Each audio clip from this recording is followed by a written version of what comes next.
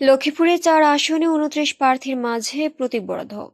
জেলা ইলেকশন কর্মকর্তা মহোদয়কে প্রয়োজনীয় মিটিং আদেশ অন্য দিনের মতো গতকালকের মতো আজকের দিনও এইভাবে চলবে। আগামীকাল থেকে প্রচারণায় নামবে। মাইকিংটা 2টা থেকে 8টার মধ্যে সীমাবদ্ধ থাকবে। সাধারণভাবে আপনি 3টা মাইক একজন প্রার্থী 3টা মাইক ব্যবহার করতে পারবেন এবং যদি আপনাদের জনসভা থাকে বা পথসভা থাকে সেখানে আপনি এর থাকছে বিস্তারিত। আসন্ন ত্রয়োদশ জাতীয় সংসদ নির্বাচনে লক্ষ্মীপুর জেলার 4টি সংসদীয় আসনে মোট 29 জন প্রতিদ্বন্দ্বী প্রার্থীর মাঝে নির্বাচনী প্রতীক বরাদ্দ দেওয়া হয়েছে।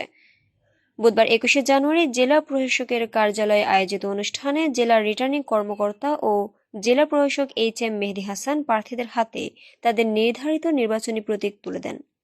প্রতীক বরাদ্দ পাওয়া প্রার্থীদের মাঝে বিএনপি, অন্যান্য রাজনৈতিক দল ও স্বতন্ত্র প্রার্থীরা উপস্থিত রয়েছেন। সমর্থকরাও উপস্থিত ছিলেন।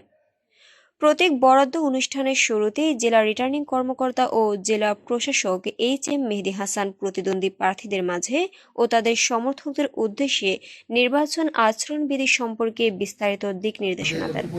তিনি সকল প্রার্থীকে আচরণবিধি কঠোরভাবে অনুসরণ করে শান্তিপূর্ণ ও সুষ্ঠু নির্বাচনে সহযোগিতা করার আহ্বান জানান।